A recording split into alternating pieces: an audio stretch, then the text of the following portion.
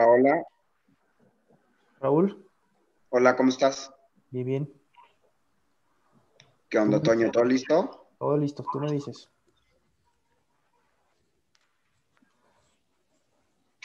Ahí Tú me estás, das. Ana. Sí, aquí estamos. De hecho, ya Juan. dimos acceso. Sí, soy Juan. Ya abrimos el acceso para los participantes y ya van entrando. Ok, perfecto. Entonces, cuando gustes comenzar, Toño, adelante. Perfecto. Pues vamos a empezar. Buenas tardes, queridos amigos participantes de una edición más de Creo MX. El día de hoy, con el panel Propuestas para la reactivación de la economía mexicana, les voy a presentar a nuestros panelistas. El día de hoy nos acompaña María José Contreras de Velasco, quien es directora general de promoción a la competencia en la COFESE. Desde el 2014 forma parte de la Dirección General de Promoción a la Competencia en la COFESE, primero como directora de colaboración con los sectores público y académico, posteriormente como directora general adjunta de promoción a la competencia y actualmente como directora general. Es profesora de la asignatura de Organización Industrial y Regulación Económica en la Universidad Iberoamericana, donde también ha impartido las materias de Economía Institucional y de la Regulación y Macroeconomía. Fue investigadora del Centro de Investigación para el Desarrollo, CIDAC, donde además se desempeñó como coordinadora de la Red Mexicana de Competencia y Regulación. Ha trabajado como consultora para el Banco Interamericano de Desarrollo, la Red Interamericana de Compras Gubernamentales y The Center for Economic Performance en LSI. Es licenciada en Economía por la Universidad Autónoma de Puebla y realizó la maestría en Política Económica y Política Pública en The London School of Economics and Political Science. Nuestra segunda panelista es María Fernanda Ballesteros. Ella es coordinadora del Programa de Regulación y Competencia Económica en México Evalúa. Actualmente se desempeña como coordinadora del Programa de Regulación y Competencia Económica México Evalúa, desde donde impulsa proyectos relacionados con la transparencia y competencia económica en mercados regulados. Ha encabezado proyectos como el Índice de Transparencia Corporativa de las Empresas Productivas del Estado, así como la Alianza para la Competencia. Anteriormente trabajó en la Comisión Federal de Competencia Económica en el área de planeación y vinculación, así como en la Dirección de Mercados Regulados. Ella es abogada por el ITAM con maestría en Administración Pública por la Universidad de Columbia en Nueva York y especialidad en Economía del Derecho de Competencia Económica por el King's College of London. Ha sido profesora de asignatura de la Licenciatura de Derecho en el TEC de Monterrey y en el ITAM, así como asistente de investigación en la Escuela de Políticas Públicas de la Universidad de Columbia. Raúl de Anda, nuestro siguiente panelista, él es emprendedor y cofundador del Instituto Irrazonable. Estudió Ingeniería Industrial para la dirección en la Universidad de Anáhuac. Inició su vida profesional en la casa de bolsa Valmex, de Grupo Val, en el área de riesgo y portafolios de inversión. En 2013 cofundó Unreasonable México, con la visión de crear un mundo donde nadie es esclavo de sus circunstancias, donde apoyan emprendedores que usan la innovación y la tecnología para resolver, como el acceso a agua potable, nutrición, desigualdad o pobreza. Los emprendedores irrazonables han levantado 450 millones de pesos en fondeo e inversión y benefician hoy a más de 2.6 millones de mexicanos. Ha recibido reconocimientos como los 16 Game Changers 2016 de Red Bull, junto con Elon Musk, la medalla Fundación Honoris Causa 2017 en el Senado, a la innovación social y uno de los 100 mexicanos más inspiradores en el 2018. Libro Those Who Inspire, junto con el Chicharito y Carlos Labarte, de Compartamos. Bueno, les platico un poquito de cuál es el objetivo, una breve descripción de este panel. El día de hoy vamos a escuchar recomendaciones puntuales de estos tres expertos sobre emprendimiento, competencia económica y regulación. También estas tres cosas para autoridades, empresas y ciudadanos con el objetivo de que todos contribuyan desde sus trincheras a reactivar la economía mexicana en el contexto de recuperación ante la crisis provocada por el COVID-19. Sin más preámbulos, los dejo con nuestros tres panelistas. En primer lugar va María José Contreras de Velasco. Adelante.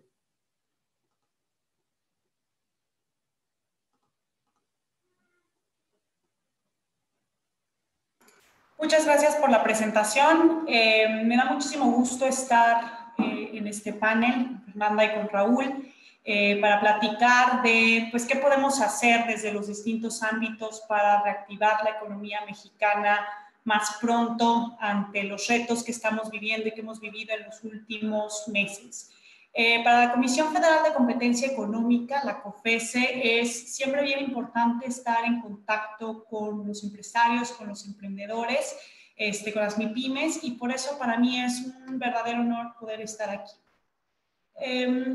Para poner un poquito en contexto, y esto es algo que quizá todos ya internalizamos mucho y ya estamos muy conscientes, esta situación de la pandemia y de las cuarentenas, los lockdowns que se han dado en los países a lo largo del mundo como resultado de este virus que causa la enfermedad del COVID, nos ha llevado a una aceleración y una adaptación más acelerada de los negocios en cuanto a la adopción de métodos digitales para ofrecer sus servicios, pero también por el lado de los consumidores para demandarlos. Entonces, en 8 semanas, y esto es un estudio de McKinsey, en 8 semanas hemos dado un salto equivalente a lo que hubiera sucedido en 5 años en términos de adopción digital por parte de los consumidores, pero también de los negocios.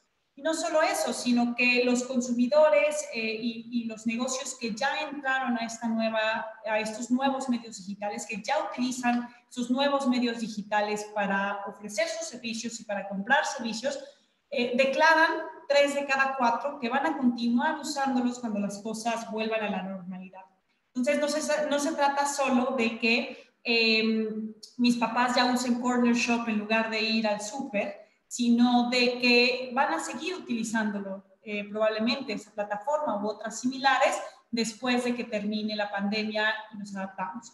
Entonces, si se fijan, esta pandemia, por un lado, trae oportunidades para muchos negocios, para muchos nuevos modelos de negocio, para aquellos empresas que logren adaptarse a las necesidades y a los requisitos cambiantes de los consumidores, pero pues obviamente también implica retos y en muchos casos la pérdida de empleos y la pérdida de negocios, cierre definitivo de negocios que quizá antes de la pandemia eran rentables y que ahora, debido a los cierres temporales o a los cambios drásticos en la demanda, ya no lo sean.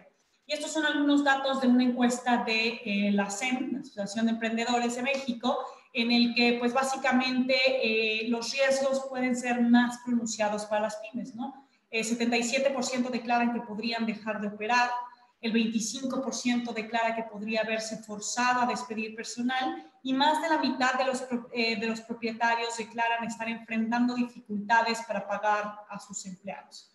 Entonces, no es para nadie una novedad y no va a resultar para nadie muy revelador que desde el punto de vista de la competencia económica podamos afirmar que esta crisis sanitaria podría resultar en que algunos mercados se concentren más. ¿Qué quiere decir? Que haya menos empresas en los mercados compitiendo y esto puede actuar en perjuicio de los consumidores, que nos veríamos en una situación en la que tenemos menos opciones para adquirir un bien o un servicio que queremos o que necesitamos. Además, las empresas pequeñas, las empresas nuevas, son generalmente las que tienen mayor riesgo de salir del mercado porque son las que tienen menores mecanismos o mecanismos menos establecidos para afrontar cambios drásticos en la demanda, como es esta crisis sanitaria. Entonces, desde la perspectiva de la Comisión de Competencia, es muy importante que las acciones que se tomen en el contexto de esta crisis para reactivar la economía deben estar orientadas a promover la participación del mayor número de empresas y a promover la permanencia de una amplia gama de empresas en los mercados. Es decir, las ayudas, las acciones, las políticas públicas que se tomen en el contexto de la reactivación para fomentar, acelerar y propiciar esta recuperación deben tener una perspectiva de competencia para asegurar que las empresas que permanezcan en el mercado y las nuevas empresas que puedan llegar a los mercados esté determinado su éxito por su capacidad de complacer o de satisfacer a los consumidores, que su éxito, su ingreso, su rentabilidad esté dada por su facilidad y su efectividad para satisfacer los gustos, las necesidades y los presupuestos de los consumidores, y no por otras acciones que no estén relacionadas con la capacidad de competir de las empresas. Entonces, desde nuestra perspectiva, las políticas públicas deben promover la competencia porque esta es la mejor forma de asegurar que la recuperación económica sea más sostenible en el tiempo. Si las acciones van orientadas a que el mayor número de empresas puedan permanecer en el mercado y que las que permanezcan sean de la mayor gama posible y que su éxito realmente se determine por su capacidad para satisfacer al consumidor, esta recuperación va a ser sostenible y no va a depender únicamente de una temporalidad, de una ayuda, de un subsidio o de una política pública. Por eso, en la Comisión Federal de Competencia publicamos recientemente este documento que se llama Propuestas para la Reactivación Económica desde la óptica de competencia, obviamente, que retoma 12 acciones o 12 propuestas que ya había hecho de alguna manera la Comisión en diferentes documentos, opiniones o publicaciones, pero las retoma desde el contexto de la reactivación económica porque son propuestas que impactan sectores que tienen dos características. El primero es que tienen un efecto directo sobre el bolsillo de las familias mexicanas y el segundo es que tienen un impacto transversal sobre la economía. Por ejemplo, en el primer grupo estaríamos hablando de sectores como el transporte y en el segundo grupo estaríamos hablando de sectores como el energético, que es un insumo que utilizan todas las empresas que producen en este país y que operan en este país. Y aquí les pongo algunos ejemplos de las acciones que estamos promoviendo desde la óptica de competencia, que creo que son las que más podrían ayudar a la reactivación del sector de MIPYMES y del sector empresarial. Entonces, el primero es un tema de facilitar que un avance más amplio de la población y de las pequeñas empresas puedan tener acceso al financiamiento en mejores condiciones. Es uno de los problemas para acceder al crédito que enfrentan las empresas nuevas o pequeñas, es que no tienen información crediticia y como no son parte de un buró de crédito, tienen que acceder a crédito caro o muchas veces no pueden acceder a crédito. Entonces, la idea es que se cree un buró de crédito público con la información que esté en manos del gobierno, por ejemplo, pagos de luz, de agua, créditos del Infonavit, del Fobiste, esta información que ya tiene el gobierno, que esté a disposición de las instituciones financieras, de la banca tradicional y de las fintech, para que una mayor proporción de la población y de las empresas pueda tener acceso a financiamiento de acuerdo a su información en cuanto a créditos públicos. Otra acción es que el gobierno contrate de manera oportuna bienes y servicios de forma competitiva, porque las contrataciones públicas, si bien sirven para atender las necesidades públicas de los ciudadanos y por eso tienen que hacerse y adjudicarse los contratos a la empresa más eficiente, también pueden servir como una poderosa herramienta de reactivación. Pero para eso tenemos que asegurar que la ley de adquisiciones tenga preceptos competitivos que promueva que la mayoría o que todos los contratos que se puedan concursar se concursen, para que todas las empresas, grandes, chicas, nuevas, las que siempre les surten al gobierno, todas tengan la opinión y todas tengan, perdón, la posibilidad de competir por ganarse esos contratos y que el hecho de que se los ganen o no únicamente dependa de si realmente tienen la mejor opción para el gobierno, la mejor oferta, precio, calidad, oportunidad para el gobierno y no de que seas cuate de alguien o de que siempre le vendas al gobierno o de que te estés poniendo de acuerdo con tus competidores. Entonces, conforme la ley de adquisiciones promueva más la competencia por los contratos públicos, un mayor número de empresas se van a poder beneficiar y crecer a través de venderle al gobierno con ofertas competitivas y todos ganamos. Otro ejemplo es acciones para que las empresas y los consumidores podamos tener acceso a insumos y a bienes que provienen de otros países de forma más competitiva. Entonces, lo que nosotros proponemos es evitar que se impongan medidas de comercio restrictivas que generalmente protegen a un grupo de empresas mexicanas muy específicas en detrimento de todos los consumidores y en detrimento de todas las empresas que utilizan tal bien de importación para su producción. Entonces, lo que pedimos es que cuando se impongan estas medidas, se haga un análisis de daño, pero que tome en cuenta a todos los afectados y no únicamente a un grupo de empresas que promueven la medida, sino que también se represente el interés de los consumidores y el interés de quienes ocupan o utilizan ese bien para sus cadenas productivas.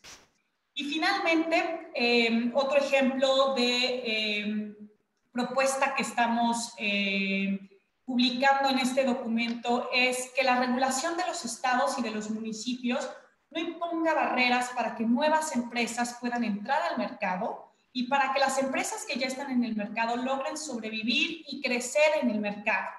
Entonces, lo que nosotros proponemos es que la Comisión Nacional de Mejora Regulatoria, la CONAMER, emita directrices para eliminar normativa que restringe la competencia en los estados y los municipios, en específico en sectores como el gas LP, la gasolina y el autotransporte de carga, que son insumos que la mayoría de las empresas pequeñas utilizan, y en realidad todas las empresas, y que si lográramos tener mayor competencia en esos sectores, pues las propias empresas se pueden volver más eficientes a reducir sus costos y eso les permite competir mejor en los mercados.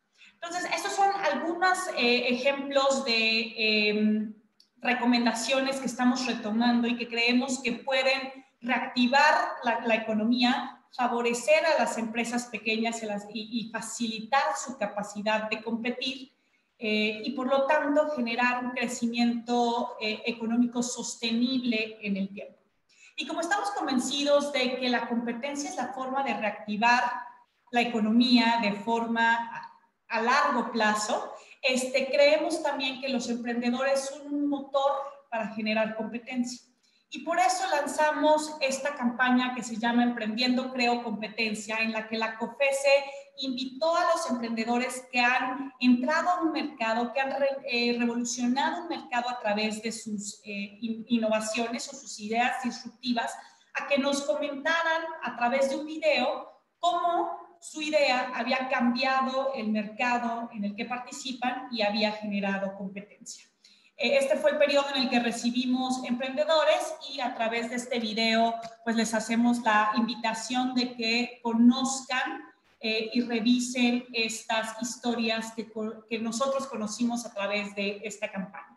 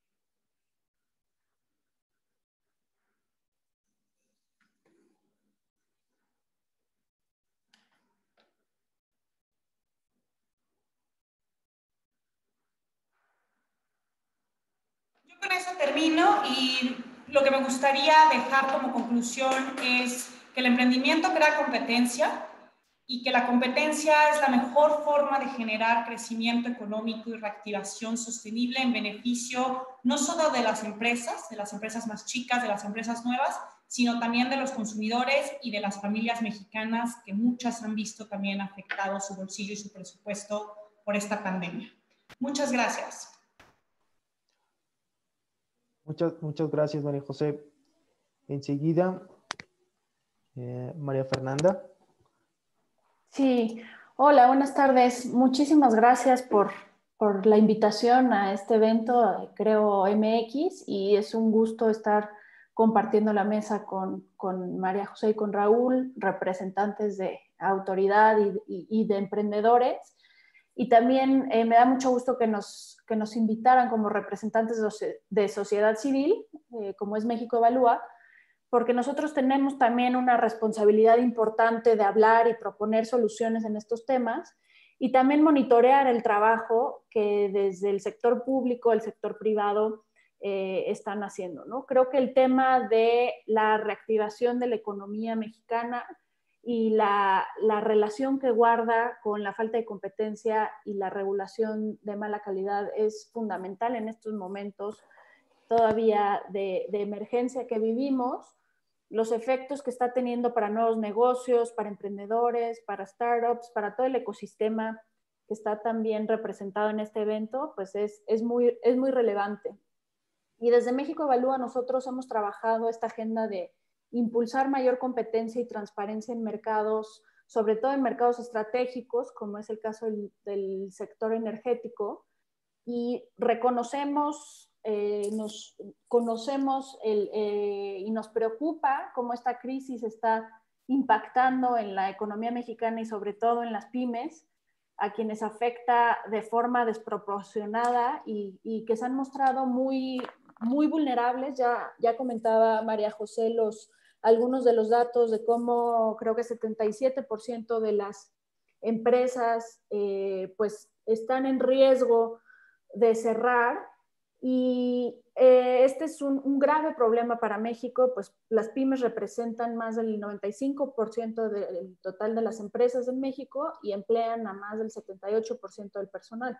Entonces es muy importante que la actuación que haya por parte de diferentes niveles de gobierno que pudieran a lo mejor dar apoyos directos. Creo que esto no es algo que se deba de obviar, pero como decía María José también, para que sea sostenible esta reactivación y este avance, pues hay que ver qué tipo de problemas de raíz hay que hacen que México sea menos competitivo, que haya menos oportunidades para emprendedores, para jóvenes, para las pequeñas empresas, y también el ver cómo ir transitando hacia formas de desarrollo más sostenibles y más incluyentes, ¿no? Entonces, la competencia muchas veces no se le ve como ese papel, pero es fundamental para tanto generar más competitividad y también para temas de bienestar social. El que México sea un país de monopolios, de oligopolios, nos afecta a todos, ¿no? Y sin duda afecta a pymes y emprendedores, quienes consumen bienes y servicios con un sobreprecio, y les afecta también esta falta de oportunidad de poder acceder a mercados, de poder ir creciendo en los mercados.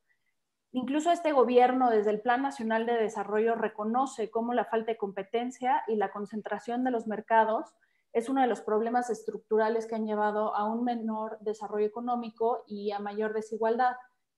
Y creo que habría que enfatizar sobre todo los casos en los que este poder de mercado se da en sectores estratégicos, como son el energético, el sector financiero, el sector de transportes, las telecomunicaciones. Estos sectores tienen un impacto muy importante en la eficiencia del resto de los sectores de la economía y afectan en gran forma tanto el crecimiento como la productividad de nuestro país, y también tienen importantes implicaciones para el bienestar social, ¿no? Que el sobrecosto que pagamos sea en la luz, en el otorgamiento de un crédito, en la gasolina, todo eso son costos que bien saben las pymes, que bien saben los emprendedores lo que representa y cómo se va trasladando a los diferentes productos y afecta la eficiencia de muchos sectores.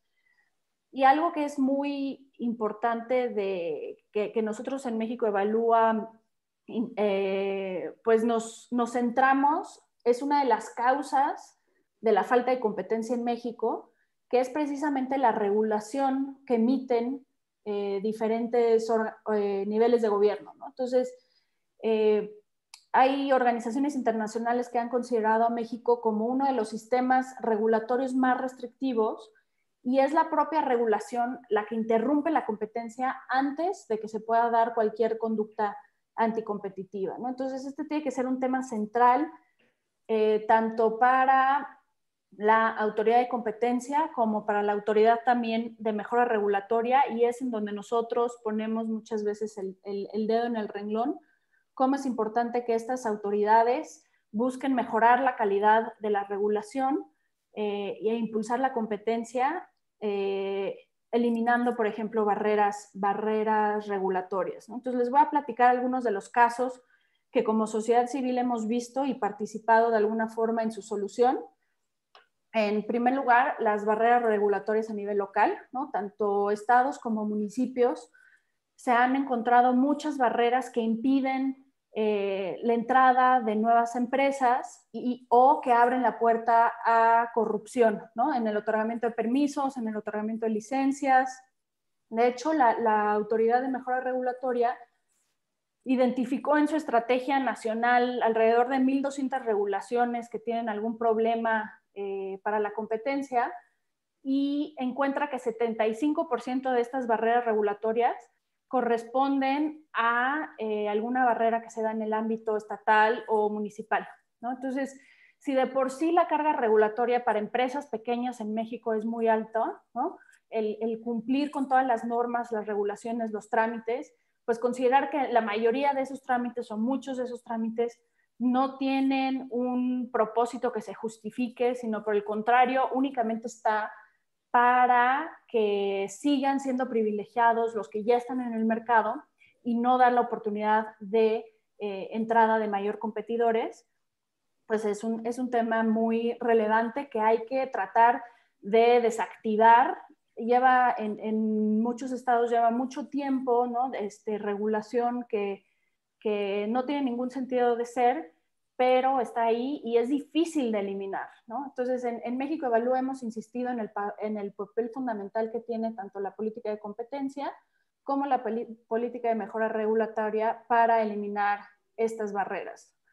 Y hay diferentes mecanismos para hacerlo que tienen estas autoridades, ¿no? Algunos con efectos vinculantes, algunos son más a modo de opiniones, que generan presión y buscan o hacen un llamado a cuentas a estas autoridades locales, otros de cooperación o de coordinación. Ya comentaba María José, estas mesas de trabajo lideradas por CONAMER, en donde participa COFESE, en donde también participamos nosotros como representantes de sociedad civil, que buscan eliminar barreras regulatorias en mercados de gasolinas, de gas LP, de transporte de carga.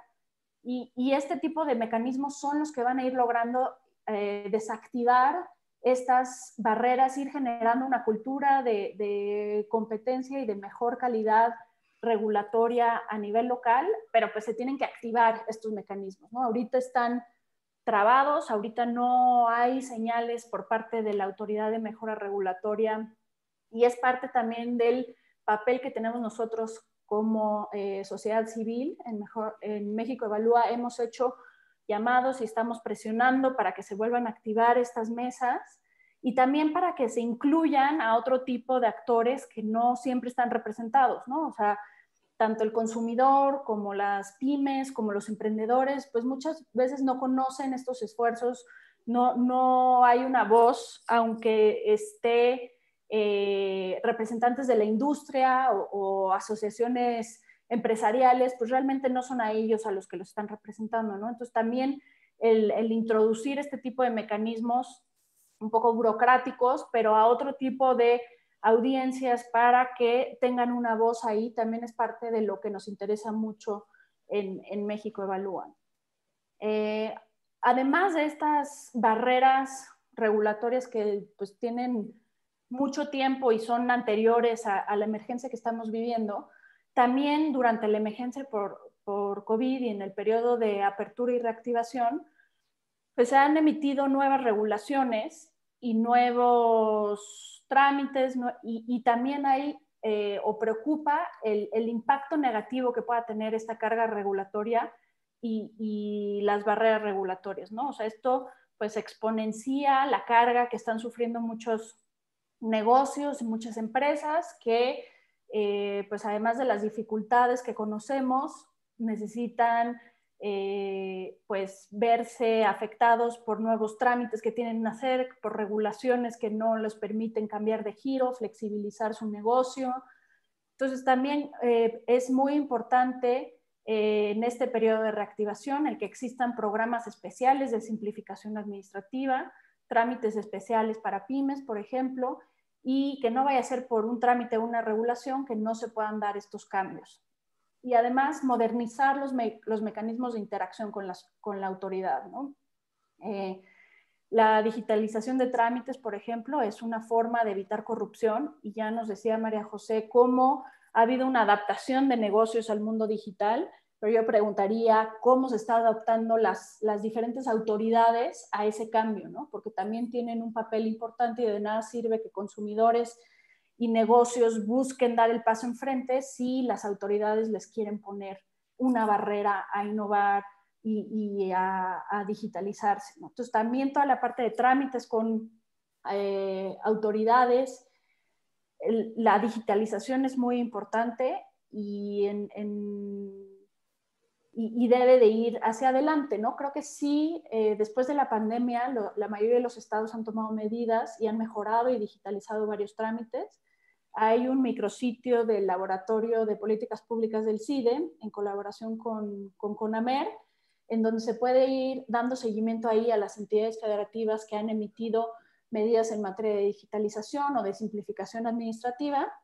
Entonces, esto también es una forma en cómo desde la Autoridad de Mejora Regulatoria, pero también desde la academia o sociedad civil, podemos ir presionando y llamando a cuentas de decir por qué ciertos estados están tomando medidas de digitalización, nos están simplificando la vida, y hay otros que nos tienen inspecciones y nada más quieren mordidas, ¿no? Entonces creo que también es una forma de ir poniendo el tema en la agenda y que se vea que la carga regulatoria depende del gobierno y es algo que puede traer un costo muy grande a los pequeños empresarios, ¿no? Entonces ya si no ayudan, pues que no molesten al menos, ¿no?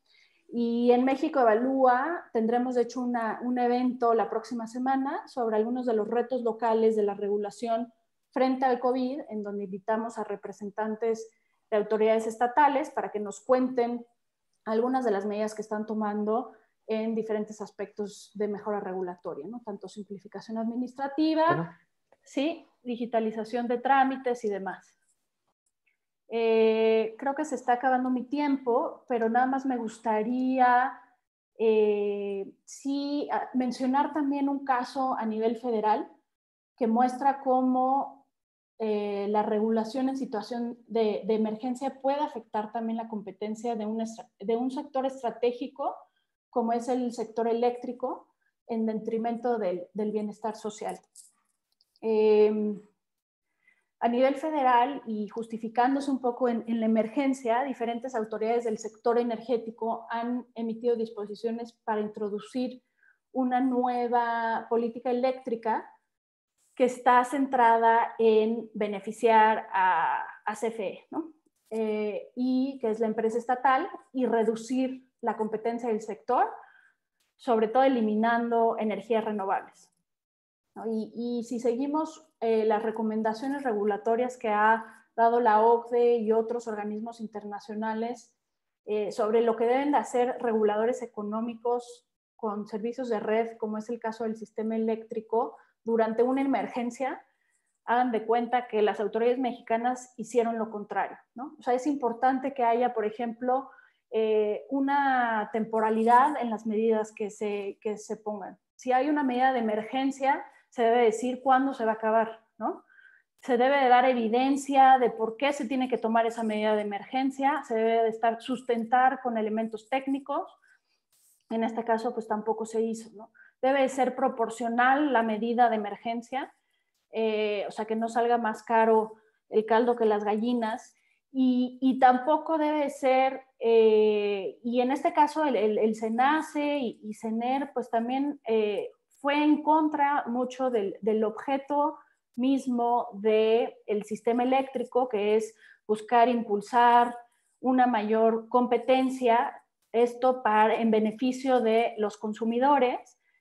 Y además, o sea, lo que fue más grave todo, que era en beneficio también del medio ambiente, ¿no? Entonces, estas medidas son ejemplos de cómo por mala regulación se va en contra de una idea de recuperación sostenible, ¿no? Que creo que también es importante poner en la mesa. O sea, no es la recuperación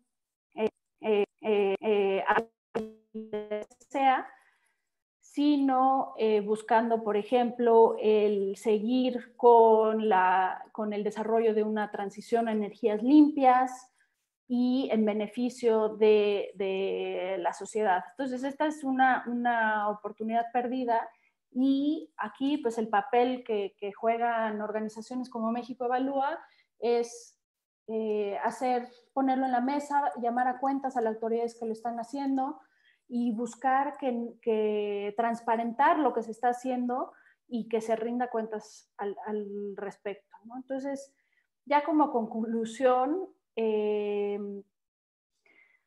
las recomendaciones que pongo en estos diferentes casos van a buscar que en México haya más competencia y mostrar la importancia y la relación que tiene la regulación y las reglas que emiten las diferentes autoridades en esto, ¿no?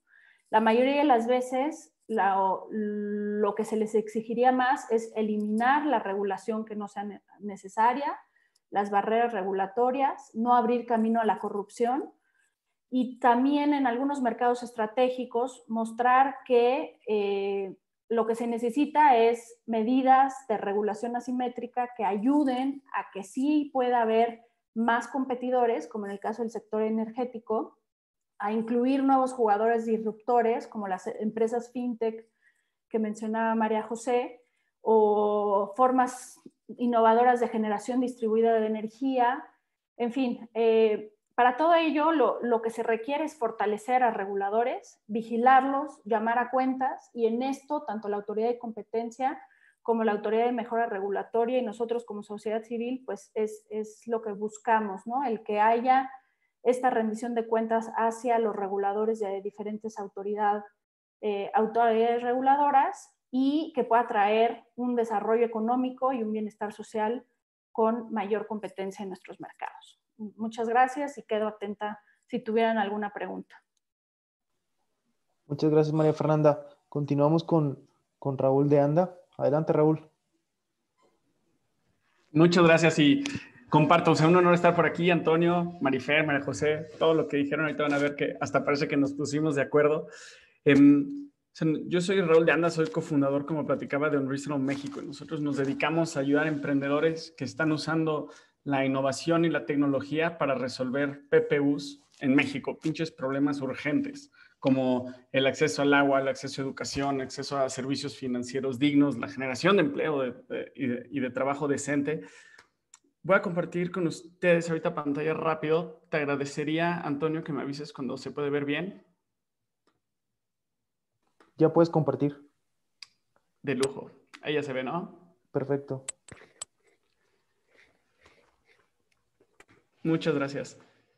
Y justo por eso les decía que parecía que nos poníamos de acuerdo. O sea, ustedes estaban platicando ahorita de que en las crisis siempre hay sectores ganadores y perdedores, y eso es un hecho. De hecho, también me dio el trabajo de ponerles aquí la diapositiva para que pudiera ser súper visual entender cuáles son los evidentes que están perdiendo y los evidentes que están ganando, ¿no? O sea, está perdiendo muchísimo todo lo que tiene, todas las tiendas departamentales que no pudieron adaptarse, los restaurantes, todo lo que tiene que ver con transporte, hotelería. Están ganando las tiendas de autoservicio, farmacéutica, higiene, la mitad del agro, la mitad de las telecomunicaciones. Y esto para mí es fascinante porque uno de nuestros mentores, él es el cofundador de la empresa que trajo Internet a Latinoamérica.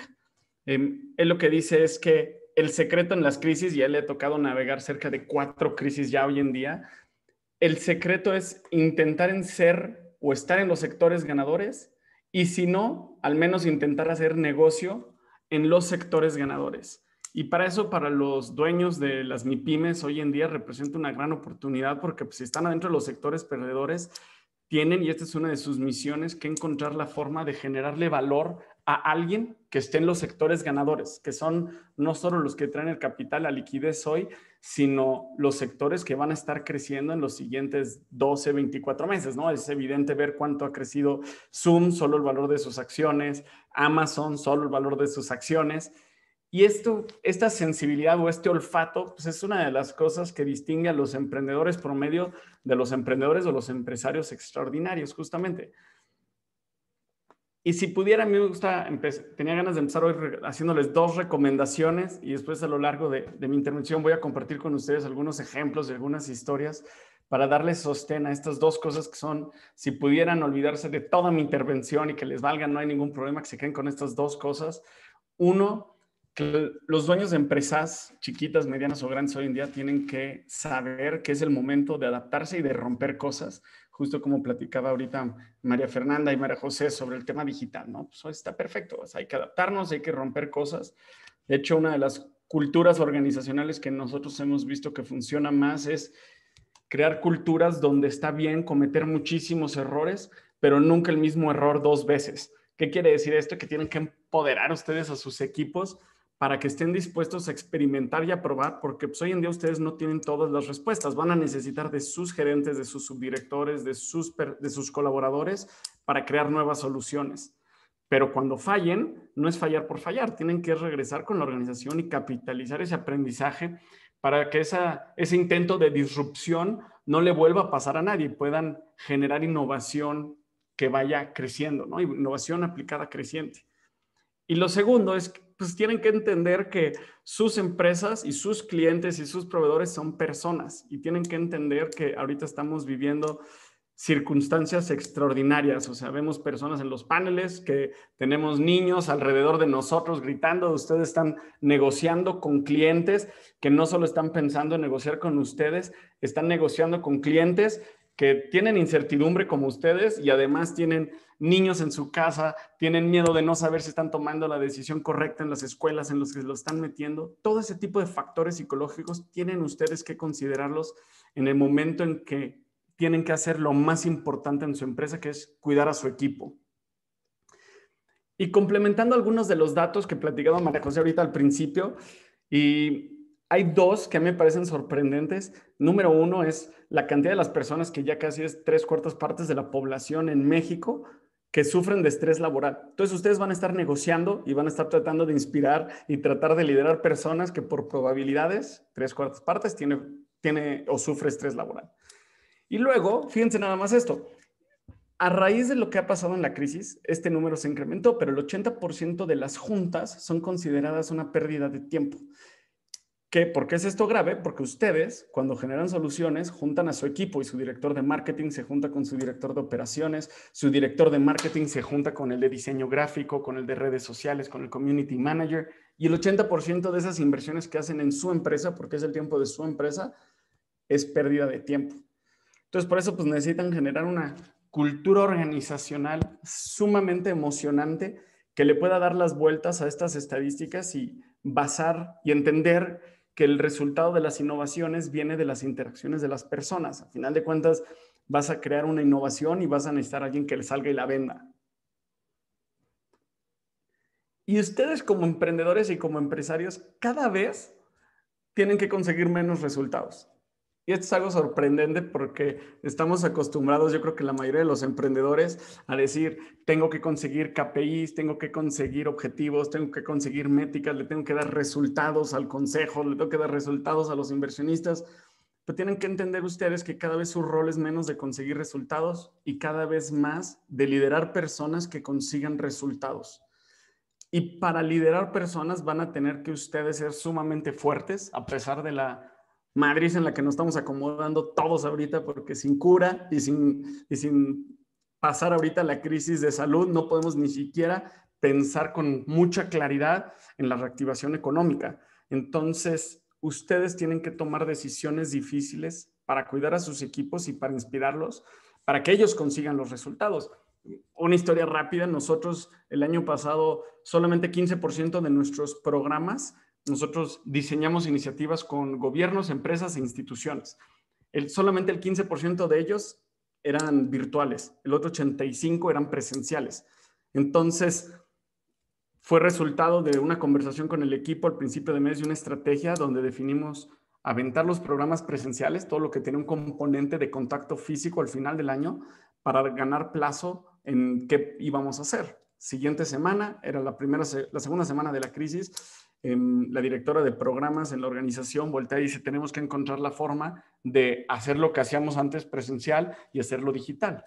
Segunda semana, el la persona que lidera nuestra comunicación y nuestro marketing dice que él ya había aprendido a programar y que quiere hacer nuestra primera plataforma. Al día de hoy tenemos 9 iniciativas simultáneas con bancos como Banamex, MetLife, instituciones financieras como MetLife, empresas como Cemex, gobiernos como Sinaloa, Yucatán. Hemos crecido cerca de 3 veces, 2.8 veces comparado con el año pasado. Y no fueron mis respuestas ni las de José, mi socio, fueron del equipo mismo que encontraron un problema.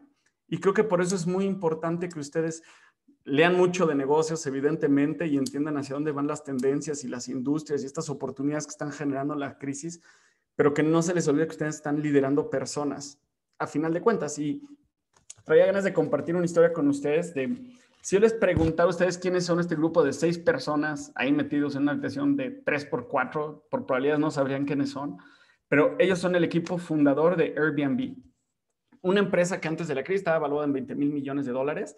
Tenían más de 2 millones de propiedades en casi 200 países. Pero lo impresionante de ellos es que cuando levantaron su ronda de inversión Serie C de Peter Thiel, volteó el cofundador Brian y le dice, oye Peter, si tú pudieras darme un único consejo, ¿cuál sería?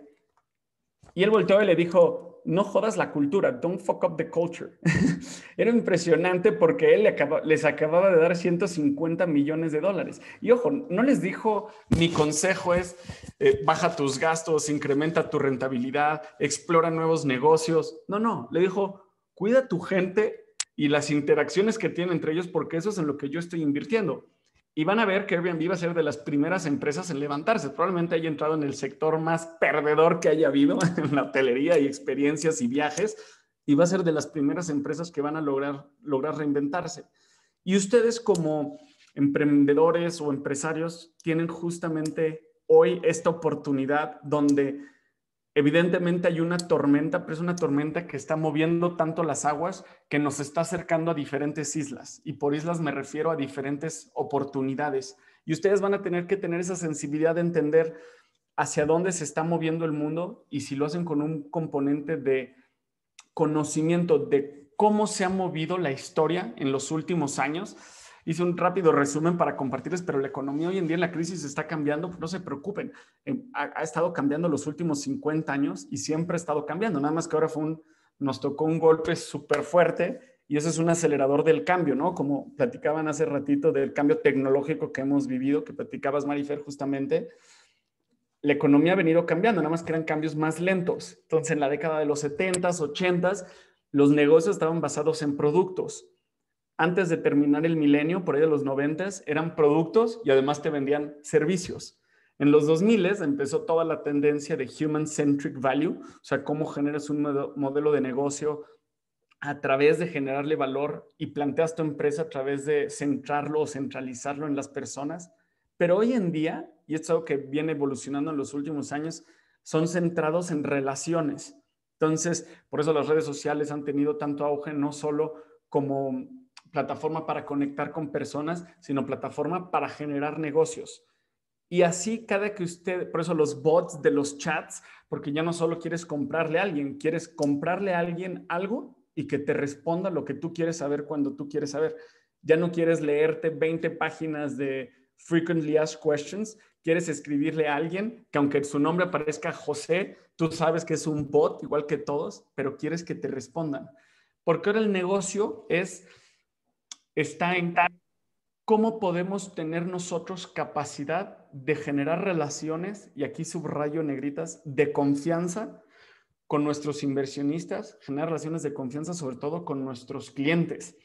Y estas dos relaciones de confianza, tanto inversionistas como clientes, van a ser consecuencia de la generación de relaciones que ustedes tengan adentro de su equipo, porque va a ser imposible que ustedes generen relación con miles de clientes. Van a tener que empoderar personas que generen las relaciones con sus clientes.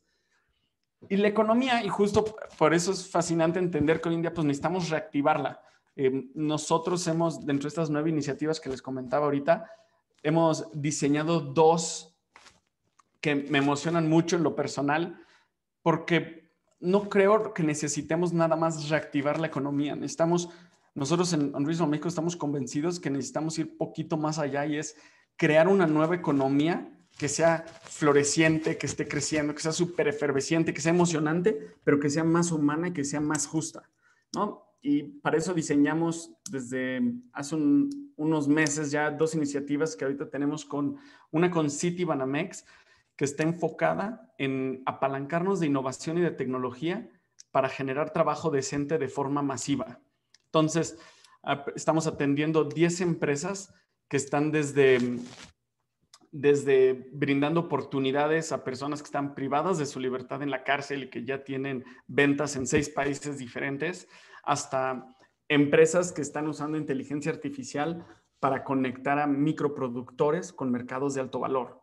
Y luego otra con MedLife, donde lo que estamos haciendo es una iniciativa enfocada en generar salud financiera, donde tenemos modelos que están conectando agricultores chiquititos de café y de miel principalmente a través de tecnología blockchain con financiamiento internacional para ayudarles a tener clientes y una perspectiva internacional desde sus propias comunidades rurales. Creemos nosotros que a través de todas las iniciativas, pero fortaleciendo estos 2 ángulos muy fuerte, uno con Citibanamex de cómo podemos generar más oportunidades para las personas, y en la segunda, cómo podemos generarle a las personas salud financiera, porque como platicaba María José ahorita, ¿no? O sea, los mecanismos de adquisición de deuda son importantes ahorita y acceso a crédito. Uno de los retos grandes es que no todo el mundo está en la banca, no todo el mundo le van a prestar y para que les presten les van a pedir muchísimas documentaciones que las personas que más los necesitan, que es la clase media baja y la base de la pirámide, no lo tienen necesariamente. Pero para escalar estas soluciones, pues se necesita apalancarnos de innovación, apalancarnos de tecnología, y hemos encontrado nosotros empresas extraordinarias como estas 2 que están apostando por reactivar la economía y apostarle no solo en tiempo, dinero y recursos, sino en visión a largo plazo, porque sabemos que esto no es algo que se vaya a resolver por más que nos gustaría como mexicanos y ser optimistas para el 31 de diciembre. O sea, esto es algo que nos va a llevar. Estaba hablando con un grupo aeroportuario importante hace unos meses y ellos estaban pronosticando o proyectando volver a tener el mismo flujo de tránsito, el mismo tránsito o el mismo flujo que tuvieron en el 2019 en los siguientes 7 años. O sea, hasta el año 7 a partir de hoy, o sea, 2027, 2028, piensan que van a poder tener el mismo flujo porque pues la gente ya no se siente tan segura de viajar, la gente se dio cuenta que puede hacer su negocio si era consultor con teléfono o por Zoom y ya no necesita, y luego pues ya no va a haber lana tanta, o sea, si antes viajabas en avión, ahora chance te echas en autobús o viajas menos. Todos esos comportamientos están afectando la economía y ustedes como emprendedores y como empresarios tienen la oportunidad de entender cuáles son estos comportamientos que están cambiando y capitalizarlos para encontrar la forma de resolverle un problema grande a una de las empresas que están en los sectores ganadores o a las personas que están adquiriendo un problema nuevo que antes no tenían. Por ejemplo, en algo tan tradicional como la educación, ahora hay miles de oportunidades porque está reinventándose. Hay personas que están tomando clases en escuelas abiertas, en televisión abierta, y hay papás que tienen que estar ocupados entre su trabajo y conectar a los niños en Zoom. Y ahí hay oportunidades en las diferentes cadenas de un sector tan tradicional como la educación. Y les quería compartir al final 3 recursos, sin profundizar para no extendernos mucho. Le pueden tomar print screen o un pantallazo, pero el primero es fascinante, The Hard Thing About Hard Things. Les va a ayudar a escalar soluciones pensados en un inicio, apalancándose de la innovación, pero pensando en entrar en diferentes industrias desde el momento 1. El segundo es del inversionista que les platiqué, que le metió dinero a Airbnb. El tercero analiza a Jesucristo como si fuera el director general de una empresa. Entonces, cómo alguien reclutó personas en un periodo de 3 años sin un departamento de recursos humanos. Uno de ellos lo traicionó, pero 2000 años después su visión sigue vigente. Entonces, te platica cada capítulo cómo asignaba órdenes, cómo reclutaba equipos, cómo comunicaba, cómo los inspiraba, cómo los regañaba. Entonces, está fascinante. Y por último, pueden conectar con nosotros en YouTube. Nuestro canal es Irrazonablemente, o pueden seguirnos en redes sociales donde continuamente estamos generando videos cortos de oportunidades para emprendedores y empresarios.